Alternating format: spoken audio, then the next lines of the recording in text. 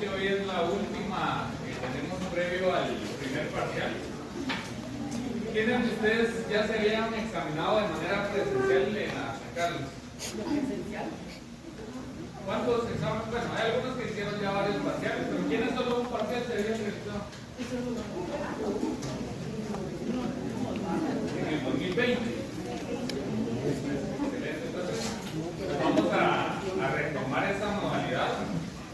Para nosotros como docentes, la manera presencial de hacer eso que es una evaluación creo que es la más objetiva y en el que ustedes también se pueden dar cuenta cuál es su nivel académico, porque en lo virtual creo que usamos herramientas a veces que no son permitidas, pues tenemos mayores facilidades y no los juzgo, porque si yo estuviera en la misma posición que ustedes, si pudiera sacar una ventaja, la sacaría. El problema es que nosotros nos engañamos como estudiantes, pensando que tenemos un nivel, o les puedo decir ahí, hay alumnos que a veces presumen sus notas, o sus, ¿cómo le llaman eso? Su promedio, o en el Facebook, que he visto yo en Instagram. Entonces la duda es, ¿será que realmente ese nivel o esas notas reflejan lo que saben? No, ¿verdad? Entonces, sí tratemos de estudiar, tratemos de aprovechar este último año. Estaba viendo que un compañero me trasladó unos exámenes que hizo la recuperación, que es la primera vez que lo hacen presencial, y verán que los resultados están feitos. Entonces, porque ya no hay, mira, hagamos una videollamada, o mira, aquí lo googleo. O mamá, ponete aquí con un cartel, ¿no? ya no se puede. Entonces, sí, tratemos de hacer conciencia en eso. Como les digo, en ningún momento es que yo venga a juzgarlo, sino que lo único que quiero es que ustedes reflexionen y aprovechen el espacio y a los docentes pregúntenle lo más que puedan. Bueno, entonces, el martes, primero de Dios, ya tenemos nuestra primera prueba. El examen es sumamente sencillo, todavía no lo he hecho porque vamos a tomar este contenido para terminar de completar. Los que han estado conmigo, pues saben que únicamente pregunto lo que damos en clase, trato de no preguntarles directo, sino que completen con el concepto únicamente, o falso o verdadero, dependiendo de lo que se me vaya ideando. Pero los exámenes son sumamente sencillos. ¿Qué evaluamos? Como les dije desde el inicio, lo que les trasladé del material, lo que se expone acá. Hay cosas como estas que no están dentro del material, pero que de igual manera es contenido de examen. Y como les reitero, nada del otro mundo. Ahora, si ustedes sí no estudian, pues cualquier examen les va a ser complicado. Entonces, primero Dios, nos vemos el martes. No sé cómo lo van a realizar ahora, porque como ustedes entenderán, han cambiado algunas situaciones en la facultad, pero espero que lo podamos hacer a las 6:30. Yo les voy a informar a través del grupo, para los que trabajan y no puedan venir a las 6, pues les generamos un poquito más de facilidad. ¿Estamos? Bueno, perfecto. Entonces, vamos a seguir hablando de la filosofía. Como lo hemos notado, lo que hemos realizado es un análisis histórico, un devenir histórico de lo que ha sido pues algunos filósofos que han resaltado a través de la historia y otros que no nos interesa tanto porque son demasiados y sus aportes no son tan significativos. Entonces, lo hemos visto como en el caso de la filosofía helenística, ahí donde solo vimos las ideas principales de ese periodo. Entonces, en el examen me les puedo colocar ahí, miren cuál es esta idea, corresponde a la filosofía helenística, falso, verdadero, etc. No les puedo preguntar un nombre porque no les dimos autores, no les dimos filósofos. Entonces, ahora bien, nos vamos a pasar a la filosofía medieval. ¿Se recuerdan que en la historia, pues prácticamente tenemos nosotros la edad primitiva, después tenemos ya la edad antigua, después la edad media y después la edad moderna y la contemporánea? Así se va, digamos, expresando a grandes rasgos lo que ha sido la historia. Entonces, cuando pasamos lo helenístico, eso dijimos que era antes de Cristo. Ahora cuando ya venimos a la filosofía medieval, aquí ya estamos ubicados en el siglo V, creo yo. O sea, significa que durante todo ese periodo de antes de Cristo pasó mucho tiempo para que nuevamente tuvieran cierto protagonismo lo que era la filosofía. Pero, si nos damos cuenta, como la sociedad es cambiante, pues la filosofía también era cambiante. Es decir, habían ciertas situaciones que iban cambiando en las estructuras de las sociedades. Inclusive, ¿por qué no les digo Estado? Porque en esa época todavía no se hablaba de Estado. Solo se hablaba en lo que era en Grecia lo de las polis. ¿Y qué eran esas polis? Eran ciudades-estado. Y cuando ya viene la invasión romana y ya estamos en el inicio de ese imperio romano, ya no hablamos de polis, sino que hablamos de civitas, que prácticamente era una réplica de esa organización social. Bueno, entonces, ¿qué sucede? Después de que ya Roma adquiere esa relevancia a nivel mundial, entonces ya empiezan a cambiar las estructuras también, los modelos económicos, los modelos de gobierno, los modelos administrativos empiezan a cambiar. Y entonces ya nos ubicamos en lo que es la época medieval. ¿Se recuerdan ustedes cuál era digamos, uno de los pilares fundamentales o qué entendemos por la época medieval? ¿Cuál fue la diferencia con la edad antigua o lo específico de Roma? ¿Cuál fue la diferencia? ¿Se recuerdan? O la Edad Media. Si ustedes no se recuerdan como medieval, la Edad Media. Por favor. ¿Por cuándo tuvo su auge la religión? ¿La religión católica? Muy bien. Ah, exacto. Pero, digamos, esta etapa medieval, esta ya es posterior al derrocamiento del Imperio Romano de Occidente. Entonces, ¿qué pasó? ¿Por qué antes, digamos, por qué aquí cambia ese modelo? Porque esa gran potencia que tenía el dominio en buena parte de Europa, pues lo empieza a perder. Y lo empieza a perder porque el poder se empieza a concentrar en las personas que tienen grandes extensiones de tierra. ¿Se recuerdan de eso? ¿Cómo se les denominaba a esas extensiones de tierra? Feudos. ¿Alguien más me dijo otro nombre? ¿Sí me habló? Perdón, sí. Se puede denominar de las dos maneras, pero el término más aceptado es lo de los feudos. Y en esos feudos, pues, como ustedes se recuerdan, era una porción de tierra que los señores feudales le proporcionaban a los vasallos para que, o al siervo que le denominaban, y era para que ellos trabajaran en esa tierra y les dieran un pago o una retribución. Y aparte de eso, con esa retribución que les pagaban a estas personas, estos señores feudales le daban un porcentaje o una porción al monarca, porque en este tiempo de la época medieval era el monarca quien tenía, digamos, esa representación política, pero la económica y donde se concentraba la mayor parte del poder era con los señores feudales. Bueno, entonces, ¿qué sucede? Cuando cae Roma, lo que no se pierde es esa influencia religiosa que traíamos después de la muerte de Cristo. ¿Y cómo se denomina esa religión? Cristianismo. Cristianismo, porque recuérdense que Cristo, digamos, eso nace de la figura de Cristo. Entonces, aquí, si hay algo que marca, es el cristianismo.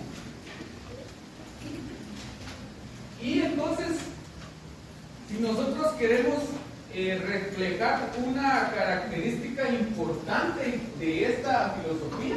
Todavía no he empezado a explicar además, pero ¿qué podemos resaltar? Que esta época era teocéntrica. ¿Y qué significa teocéntrica? ¿Alguien que me diga? Dios en los ojos. Que era el centro del universo sería el cristianismo, o sea, Dios. Y por otra parte, el centro del universo sería el hombre y Dios viceversa, ¿verdad? Exacto. Dios, hombre, ¿verdad? Exacto. Y es lo que pide el cristianismo, que hasta nuestra fecha ha prevalecido, ¿verdad? Porque Exacto. ha sido, con las conquistas siempre ha prevalecido hasta en nuestro país, ¿verdad? Exactamente. El cristianismo sigue, ya hay muchas variantes, por supuesto, este ya no es el cristianismo que predicaban ¿cómo se llamaban? Los discípulos. Ese evangelio que ellos practicaban y que difundían, pues ha variado en buena parte. Pero, entonces, ya nos ubicamos acá porque todo giraba en torno a Dios. ¿Se recuerdan que en un primer momento lo que se intentó de parte de los filósofos era separar las cuestiones divinas de lo material o lo físico? Ellos trataron de utilizar la razón para darle una explicación a todos los fenómenos, a todas las situaciones. Pero, como les digo, la sociedad va cambiando. Y en ese transcurso histórico, entonces, acá nuevamente los filósofos se empiezan a enfocar en lo que es Dios. Otra vez tratan de vincular a Dios para dar explicaciones de las cosas existentes. Y entonces, por eso en este punto les colocaba que lo que se hace en esta etapa es esa reconciliación de la fe con la razón.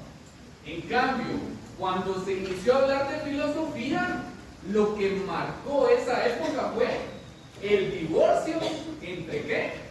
Entre la fe y la razón. Allá se separaron porque dijo el ser humano, bueno, tiene que haber una explicación coherente de lo que sucede, preguntas de por qué esto, por qué lo otro, cuál es su mecanismo, su funcionamiento, su estructura, etc.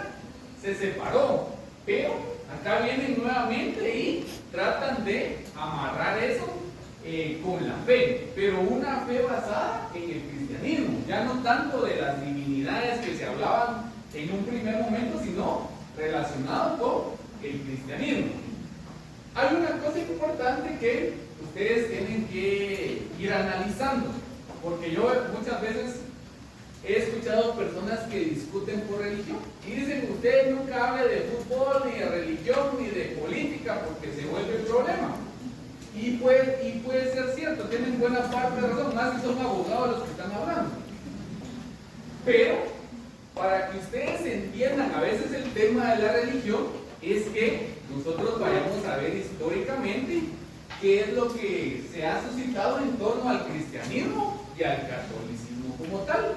Tienen que revisar ustedes esa historia para tener fundamentos muchas veces para argumentar, porque en buena parte pues la iglesia o el clero pues ha tenido bastante influencia en lo que ha sido la historia, en las decisiones políticas que se han tomado tanto en Roma como en Europa, y no digamos en países como los nuestros. Entonces sí es importante que ustedes también, cuando tengan un tiempecito libre, indaguen un poco más de lo que ha sido el cristianismo y el catolicismo.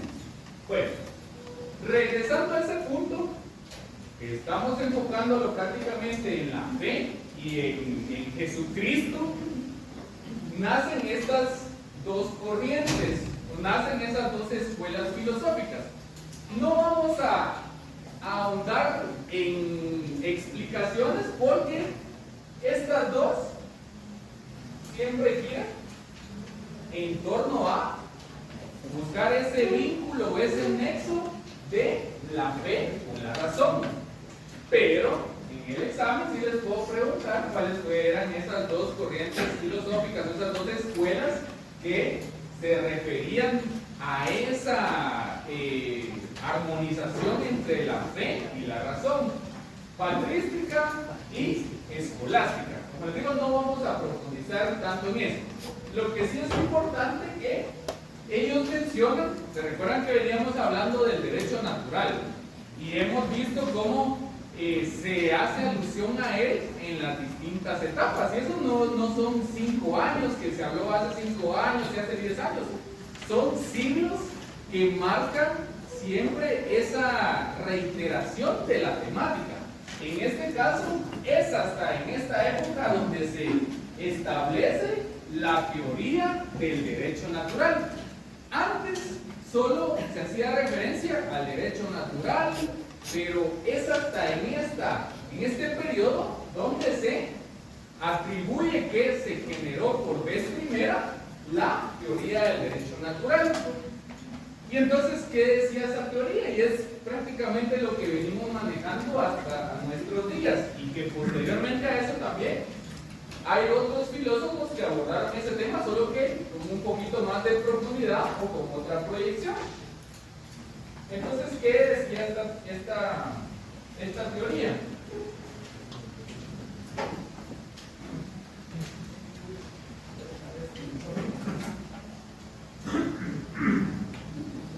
Les pregunto a ustedes, ¿qué es el derecho positivo? ¿Qué es el derecho positivo? El derecho que se aplica. Ok, es una acepción de derecho positivo. ¿Alguien más? El que está normado. ¿Alguien más? El que se cumple, tal como lo decía el compañero acá. Vigente. Cuando nosotros hablamos de derecho positivo, efectivamente existen esas dos posturas. Primero, cuando decimos que hay positivismo o hay una normativa positiva, significa que son todas aquellas disposiciones que están regulando la conducta de las personas en un determinado tiempo y un espacio. Eso es el derecho positivo. Si lo vemos más sencillo nosotros, pues es esa pequeña base que tiene la persona allá afuera, donde está vendiendo leyes. Todas esas leyes que contienen. Todo eso es derecho positivo, es decir, ahí van a encontrar ustedes qué es lo permitido socialmente y qué es lo prohibido socialmente. O sea, son normas. Entonces, ese es el derecho positivo. Bueno, cuando estamos hablando en cuanto al derecho natural, es como una contraposición o un complemento. Ahora bien, la otra parte que me dicen ustedes, pues también es un significado que es correcto. Pero esa acepción que ustedes me dan se refleja más que todo cuando estamos hablando de la vigencia de la ley. ¿Qué es la vigencia de la ley?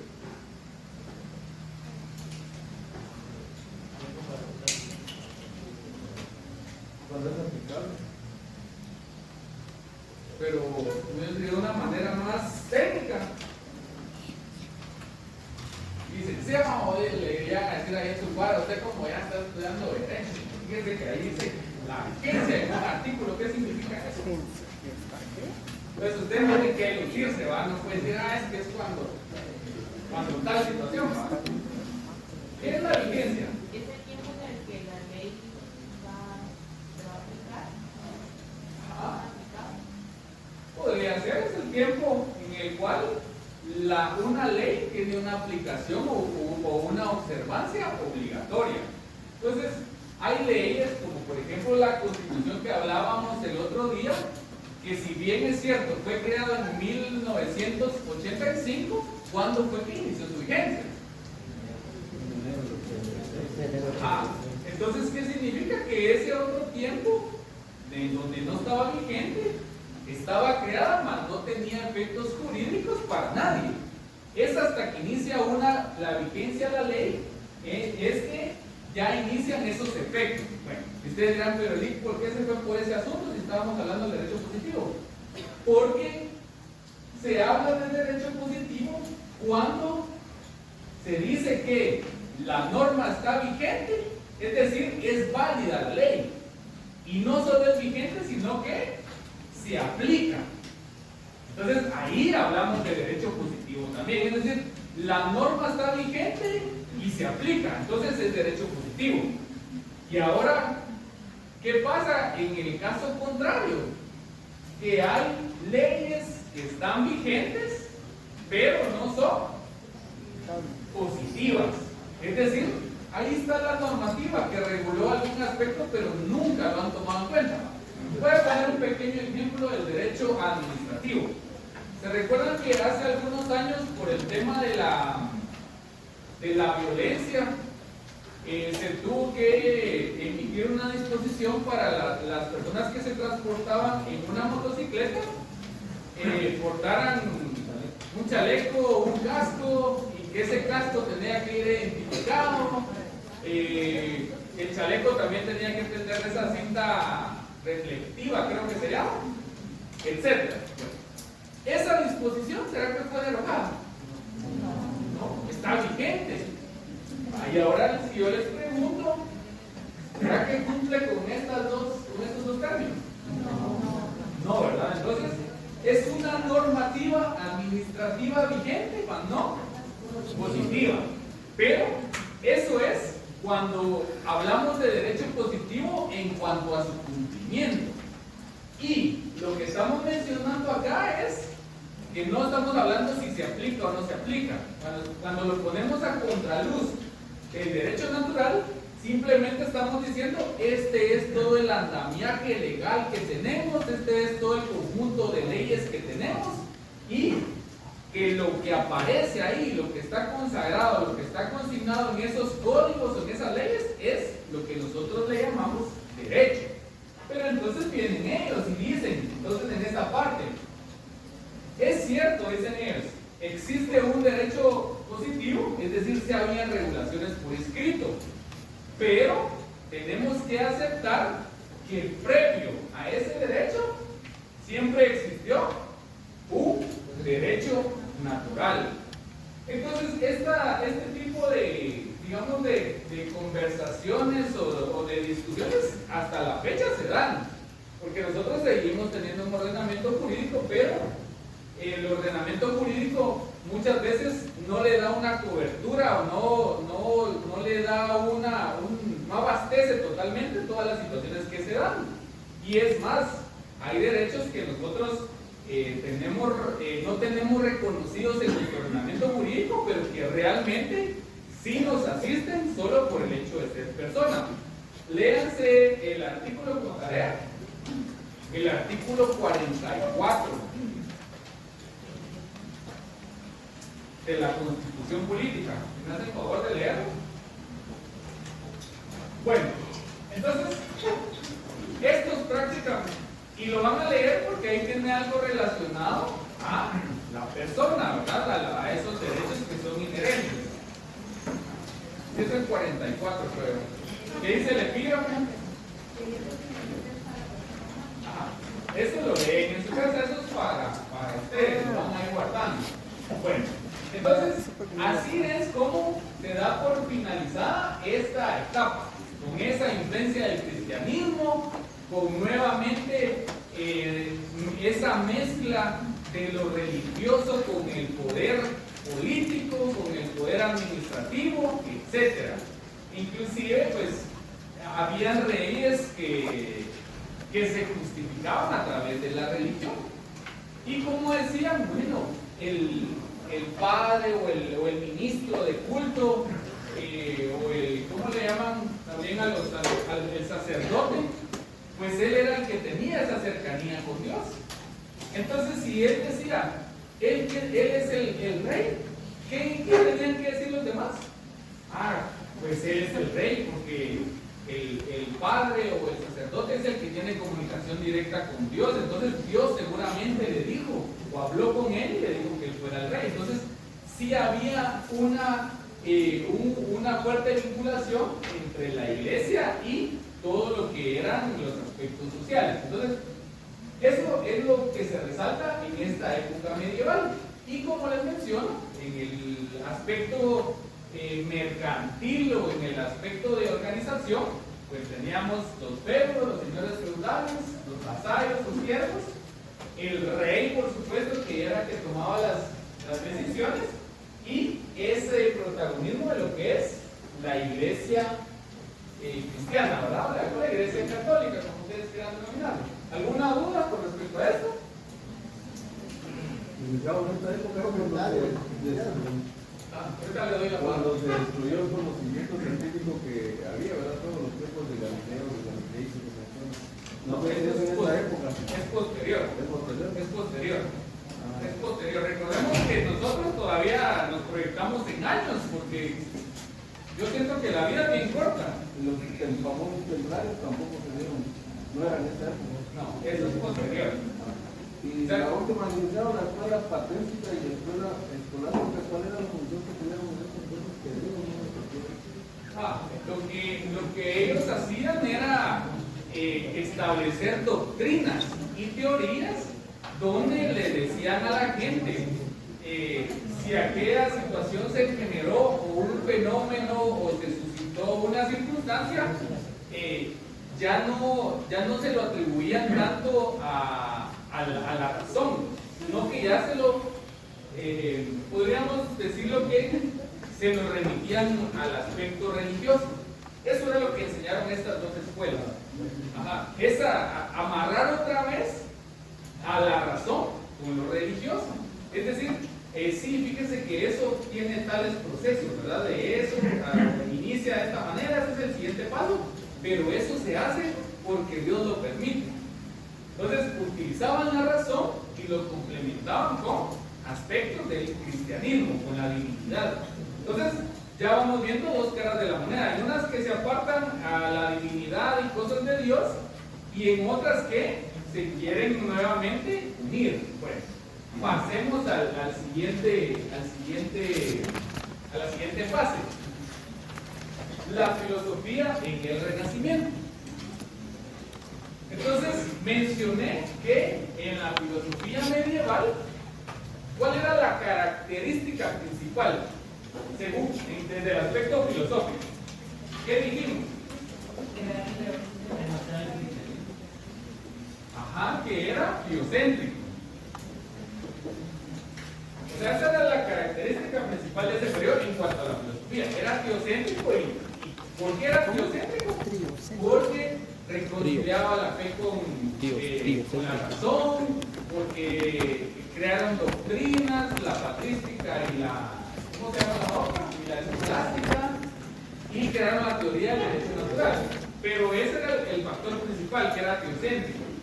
Entonces, cuando pasamos al Renacimiento, nuevamente se empieza a separar lo que es la razón y lo que es lo religioso. Y en esta etapa, quien es el protagonista fundamental o quien es el actor principal en esa novela es la persona humana. Es decir, aquí ya se empiezan, los filósofos empiezan a generar ideas, empiezan a generar conocimiento, pero ya no enfocado tanto en los temas primarios de encontrar una sustancia originaria, ni buscar temas relacionados con la divinidad, sino que se centran en la persona humana. Bueno, y me dirán ustedes, miren, pero ¿y eso qué trascendencia tiene en nuestros días? Y bueno, ustedes mismos me darían la respuesta. ¿En dónde encuentran ustedes este tipo de situación? Que la persona humana es el centro de todo.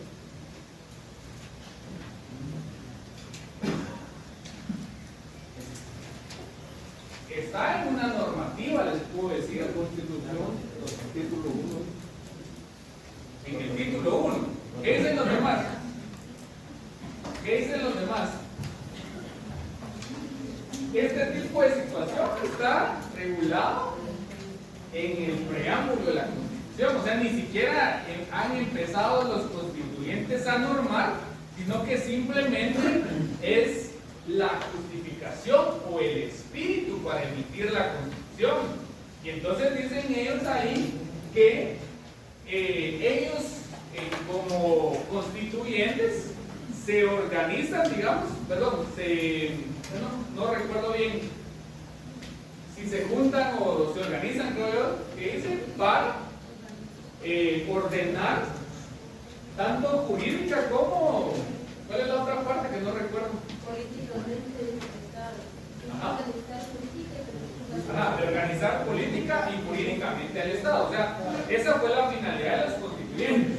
Y que esa organización política política y jurídica la van a hacer siempre gravitando ¿sobre quién? Sobre la persona humana. Entonces, es bien importante este periodo. Por supuesto, esto sigue desarrollándose posteriormente. Entonces, eso es importante que ustedes lo sepan. Recuérdense que de la Constitución nace todo el derecho, o la mayoría, o en buena parte. Eso es lo fundamental. Y no existe ninguna norma que pueda tergiversar o contrariar lo que es la Constitución. Entonces, eso se los van a preguntar algún día. Léanlo, apréndanlo de qué trata, qué significa el famoso preámbulo, es la justificación. Ahí van a encontrar ustedes el espíritu de nuestra organización social, administrativa, política, jurídica, etc. Bueno, entonces, acá este periodo sobresalta también, siempre en torno a la persona humana, el interés del saber. Volvemos nuevamente a pedir, a plantearnos o a plantearse los filósofos de esa época interrogantes de lo que era su organización social y también de lo que era su entorno o su alrededor. Acá, como les digo, mezclaron, en la medieval mezclaron tanto lo de la divinidad con la razón. Acá tratan nuevamente de enfocarse en la razón, siempre en torno a la persona humana. Entonces, se interesan en el saber. Entonces, ¿por qué está esta autoridad? ¿Por qué este tiene determinada poder, determinada posición? ¿Por qué estamos organizados así, así, etcétera? El siguiente punto es enfatiza en valores e importancia del ser. Entonces, acá parece que es un complemento porque ya está hablando de valores. Y entre esos valores, nosotros sabemos que dentro del tema de lo jurídico, nosotros tenemos la justicia, ¿verdad? La equidad, etcétera. Esos valores son fundamentales. ¿Puedes pasar? Solo pasa. Disculpa, es la condición. Lo tomas o lo dejas. Por favor. Entonces, les decía que aquí resalta el tema de los valores, pero ya no solo los valores como seres humanos, sino que también ellos profundizan un poco más en los valores de, por ejemplo, de la administración, los valores de lo que significaba las clases sociales, cómo se organizaban las sociedades, y siempre enfocado en la importancia del ser humano, porque en algún momento el ser humano no tuvo esa importancia, sino que quien la tenía era Dios o la divinidad. Entonces acá es específico de el ser humano. Bueno, y como les menciono, no solo se enfocan en lo que es el ser humano como tal, sino que también dicen, bueno, el ser humano existe, el ser humano pues tiene un valor en este mundo, pero también tiene cosas que lo rodean. Y se inicia entonces con el estudio de fenómenos naturales. Ahora les pregunto yo a ustedes, ¿será que es importante para el derecho la naturaleza o los fenómenos naturales? ¿Por qué son importantes? Para poder prevenir desastres. Porque hay hechos que suceden productos de hechos naturales que podrían darle responsabilidad o denuncia a una persona no penal. Exactamente, pero veámoslo, bueno, entonces sí, tienen toda la razón. Entonces, pero para hacerlo más sencillo podemos decir que hay situaciones de la naturaleza o hechos naturales que generan efectos jurídicos. Entonces, ahí está, digamos, el vínculo. O sea, hay cuestiones de la naturaleza que definitivamente a veces no tienen la intervención del ser humano, porque es un hecho de la naturaleza, pero sí generan efectos jurídicos. Y nosotros tenemos hasta estados de excepción en Guatemala que se han generado producto de qué? De algunas cuestiones que son, ¿y será que la sección I con el licenciado fueron a provocar una calamidad? ¿Quién lo provocó? La propia naturaleza. Entonces, ellos inician a analizar también la naturaleza nuevamente, ya en un nivel más avanzado, porque ya tenían todo el antecedente de los otros filósofos. Entonces, acá empiezan con la observación, con la experimentación, ya generar tesis, ¿verdad? Todo lo que nosotros hemos visto tal vez de manera más formal con el, ¿cómo se llama este? El proceso, se me fue, el método científico. Entonces, ya ellos ya profundizan más en ese tema. Y esto es lo que a nosotros ya nos va enfocando en lo que al final nos va a dejar una buena semilla en lo que es nuestra carrera. Como les digo, acá ya fueron un poco más a profundidad y dicen, bueno, ya estamos estudiando al hombre, ya estamos dando ideas del valor del hombre, ya sabemos que todo gira alrededor del hombre, el hombre es el que toma decisiones, el hombre es el que decide. Vemos también aquí también todo lo que rodea a ese hombre, que son los fenómenos naturales, pero aparte de eso, empiezan ellos a notar cuestiones que se dan socialmente y son problemas que nosotros tal vez no lo vemos como tal, pero son problemas que se dan y que inician desde esa época.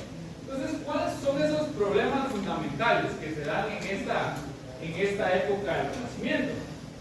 Tienen problemas con el poder, tienen problemas con la justicia, tienen problemas con el derecho y tienen problemas con el Estado. Entonces, imagínense, de esta cuestión hay mucha tela que cortar, pero vayámonos a lo que más trasciende. ¿Cuál de estos conceptos son más conocidos por ustedes? Derecho y Estado. O que ustedes me puedan decir, miren, yo manejo esos conceptos a cabalidad. El poder. ¿Qué me pueden decir ustedes del poder? Serían las jerarquías en los gobiernos. Es la capacidad que tiene una persona para hacer obedecer, decía. Ajá, los gobiernos también. ¿Qué me dijo los gobiernos? Ajá, o sea, al final, si se dan cuenta, y eso lo vamos a ver posterior, ¿cómo surge esa legitimación para que una persona o un grupo de personas gobiernen a otros? Porque nosotros, ¿será que nosotros somos gobernantes o somos gobernados? Exacto, pero entonces, ¿cómo llegamos a esa situación? ¿Quién legitimó, quién dio la validez que esas personas nos gobernaran? Cosas como el pueblo, pero eso, ahorita lo sabemos nosotros porque ya encontramos conocimiento de esto. Y podemos ir al artículo 140 constitucional, donde está la soberanía, si no mal recuerdo, que no me corrige. Y está cómo se organiza Guatemala, cuál es su sistema de gobierno. Bueno, eso también se lo tienen que saber ustedes. Recuérdense que la Constitución tiene una parte dogmática, que son puros principios y puros valores, y posteriormente tiene una parte orgánica. Y esa parte orgánica, a mí cuando me decían orgánica, yo no sabía cómo asociarlo, solo lo repetía porque así me lo enseñó el catedrático y nunca profundicé. Pero es orgánica porque ahí se organiza el Estado, es decir, su estructura y funcionamiento. ¿Con qué, digamos, con qué organismo empezamos ¿cómo se llama? A conocer después de ese 140?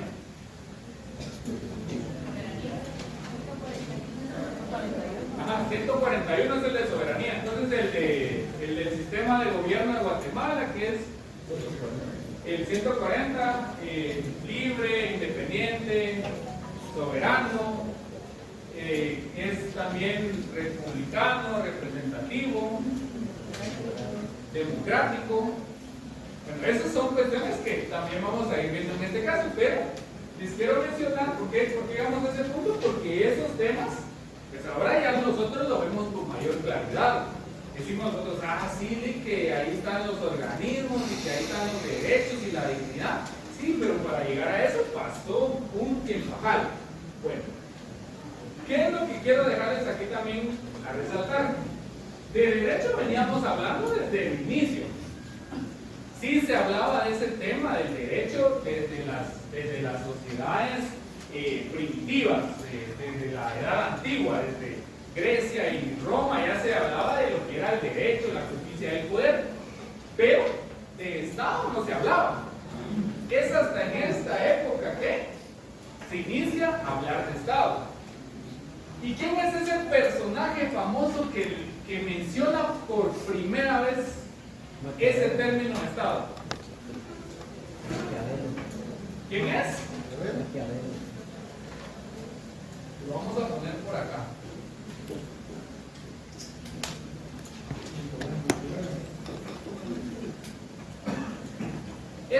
Miren, esa pregunta se la pueden hacer en el privado también. Ahí póngale, no sé, rojo o ese amarillo que es bien chillante, ¿eh, mamá? Nicolás Maquiavelo, a él se le atribuye, a este italiano se le atribuye la palabra Estado. Entonces nosotros ahora hablamos, por supuesto, no era en este término. Él lo definió, lo conceptualizó, perdón, con esta palabra.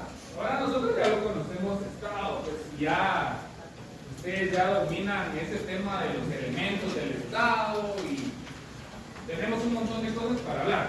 Pero esto es importante. Entonces, este era un filósofo y fue el primero que utilizó la palabra Estado y lo hace en una obra. ¿Qué obra es esa? ¿Ah? La regla del mundo.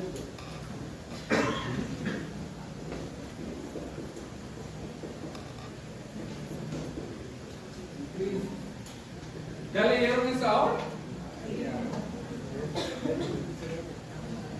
Bueno, tienen que leerla también. Yo solo tarea les doy que son en mi clase, creo, pero se lo voy a preguntar.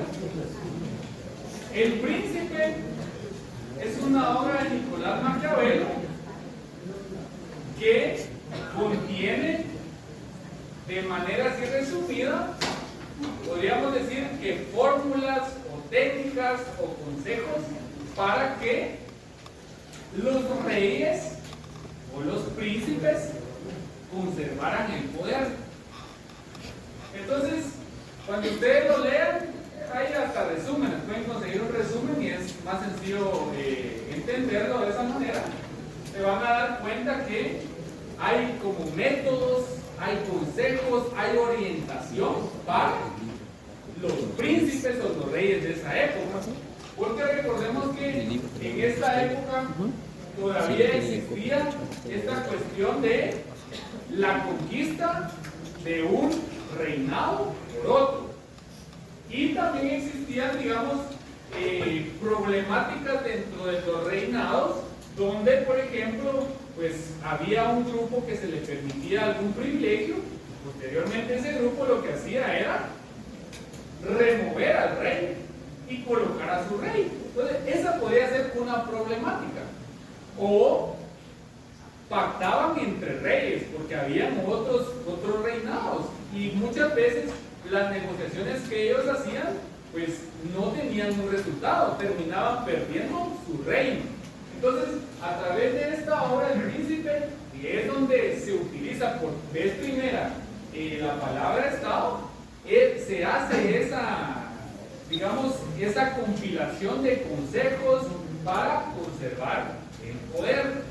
Y entonces, acá, el rey, digamos, o príncipe, pues era la figura principal. Entonces, él le dedica esa honra a un príncipe en especial para que él pueda mantenerse en el poder o pueda conservar ese poder de buena manera. Bueno, pero, ¿qué es lo importante? ¿Cuál es esa? ¿Por qué les estoy mencionando esto? Porque acá es la primera vez que mencionamos Estado. Y hasta el día de hoy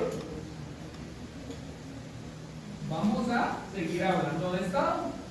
Siempre que conservemos esa categoría, ¿verdad ustedes? Porque así como van las cosas a veces, pues ya no parece Estado Guatemala, sino que parece una monarquía o una dictadura. Pero mientras mantengamos esta estructura, pues gracias a Dios. ¿Qué sucede acá? Como se empieza a hablar también de lo que dijimos, que la persona humana era el centro de todo, acá se inicia con el término de dignidad humana, que ese término hasta nuestros días tiene trascendencia. En el tema de derechos humanos, la dignidad humana es un pilar fundamental, una base fundamental de lo que es la dignidad humana. Bueno, ya hablé mucho, entonces ahora les pregunto, ¿tenemos alguna duda con respecto a esta otra etapa? Conforme vayamos, ahorita que veamos el siguiente, pues vamos a decir, bueno, sí, ya va llegando a temas más interesantes. Por ejemplo, acá, el Estado es fundamental. Nosotros mencionamos Estado, llevamos una... Por favor. Podríamos decir entonces, licenciado, que en la filosofía medieval prevalecía lo que era el cristianismo. Entonces, en la filosofía del Renacimiento, ahí prevalecía lo que era el renacer del hombre con las ideas y la libertad de poder hablar de justicia, Estado, de derecho, ¿verdad? Ajá, aquí hay algo que no les coloqué, pero esta etapa del Renacimiento resalta mucho por el arte. Van a encontrar ustedes ahí que hay pinturas, hay obras literarias que mencionan que son de esa etapa renacista. Entonces, cuando ustedes escuchen este término renacista es porque corresponde a esta etapa histórica, el Renacimiento.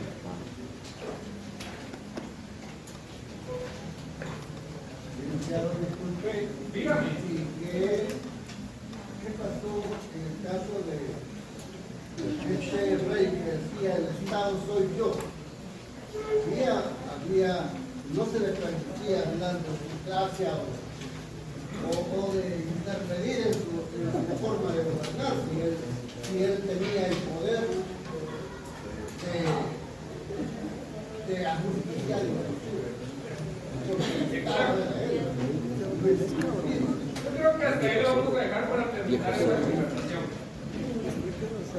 Me faltó un tema, pero es muy interesante lo que yo pregunto. Resulta que, como les digo, a través de la historia ha ido cambiando la organización de las sociedades. ¿Por qué no menciono Estado? Porque en un primer momento no se mencionó Estado. Es hasta esta época renacista que se habla de Estado. ¿Qué pasó? Por ejemplo, en Roma, ellos inician, o sea, todo ese imperio romano, ¿cómo inicia? Inicia como una monarquía. Es decir, ese monarca tenía todas las facultades dentro de esa sociedad. Posteriormente a eso ellos se dan cuenta de que no era el sistema de gobierno más apropiado y se trasladan a la república, que también nos suena a nosotros porque en ese famoso artículo 140 menciona que el Estado de Guatemala, o el gobierno, perdón, el sistema de gobierno es representativo, democrático y republicano. O sea, siempre se usa república. E inclusive, si nos vamos al inicio de la Constitución, la denominación es Constitución Política de la República de Guatemala. Entonces, son términos que nosotros sentimos tan comunes, pero que han tenido una trayectoria a nivel histórico. Entonces, venía el principado, perdón, la monarquía, después se da la república, después se da el principado y de último se da el dominado. Eso era, digamos, las bases importantes de esa sociedad romana.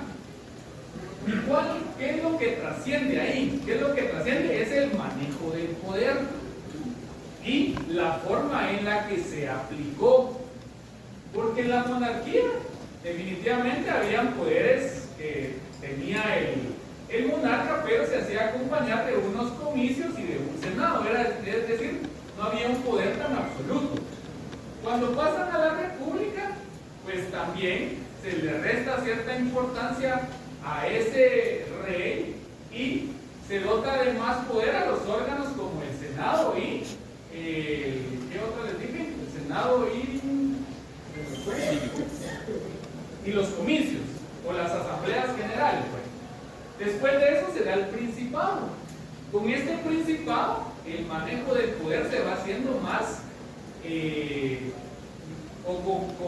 con menos límites. Y cuando ya llega el dominado, pues la persona que ejercía, ese príncipe, ese rey que ejercía el poder, pues tenía facultades absolutas.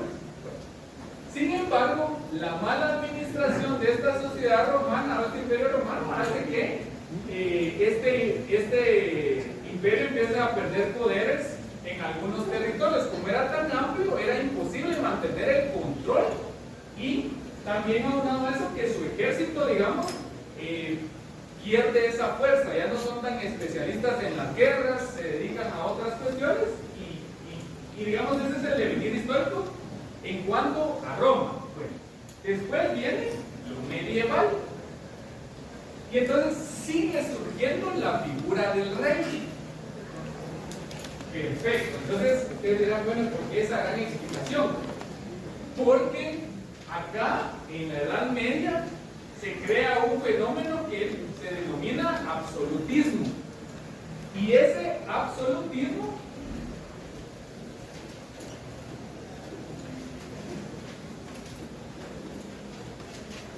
dice que el rey va a tener todas las facultades sobre una sociedad. ¿Cuáles son esas facultades? De acuerdo a lo que nosotros conocemos, legislativo, ejecutivo y judicial. Entonces, en este absolutismo, el rey es prácticamente absoluto, tiene un poder ilimitado. Y entonces viene un rey que es Luis XIV, si no recuerdo, si no ustedes lo verifican. Luis XIV, ¿verdad? Sí, Luis XIV. Viene él y dice, al saber que él tenía esos poderes absolutos, esas facultades, esas funciones absolutas, dice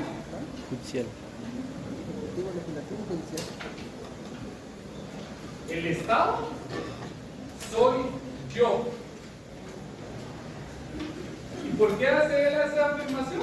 Porque finalmente el Estado, tal como lo había mencionado antes con el tema de Maquiavelo, pues tiene diversas funciones y a lo largo de la historia pues esas funciones fueron designadas a distintos órganos, a distintas personas, a distintas magistraturas, porque así se denominaban en Roma, pero acá en este periodo del absolutismo, que coincide cabalmente con el final de esa época medieval, de la época moderna, perdón, este rey hace esa afirmación, que él es el Estado. Entonces dirán ustedes, bueno, ¿qué trascendencia tiene eso, Lee? Porque derivado de esa actitud del rey y de esas afirmaciones, posteriormente a eso, ya se empieza a formular todo ese movimiento que nos va a dar como finalidad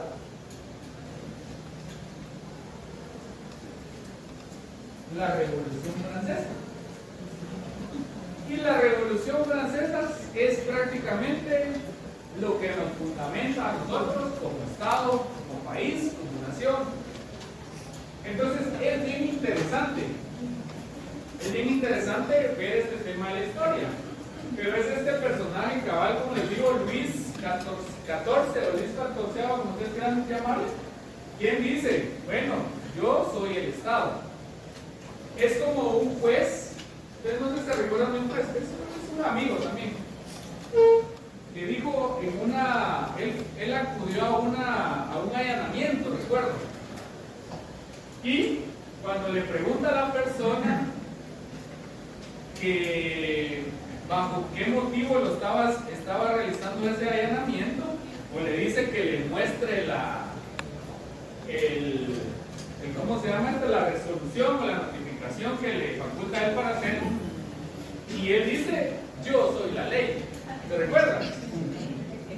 Es un amigo, como les digo, yo lo quiero mucho, pero él menciona, le dice, ¿dónde está la orden? ¿Dónde está la ley? Y lo que él dice es, yo soy la ley.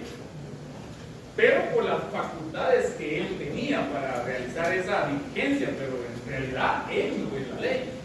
¿Qué establece nuestra Constitución en cuanto a la ley? Ninguna persona superior. Revísense el artículo 152 o 51. ¿Qué establece eso? En el 152, el poder proviene del pueblo, pues el mismo está sujeto a las limitaciones señaladas por esta Constitución y la ley. Ninguna persona, sector del pueblo, fuerza armada o política puede asombrarse a su ejercicio. Pero hay una parte donde dice que nadie es superior a la ley.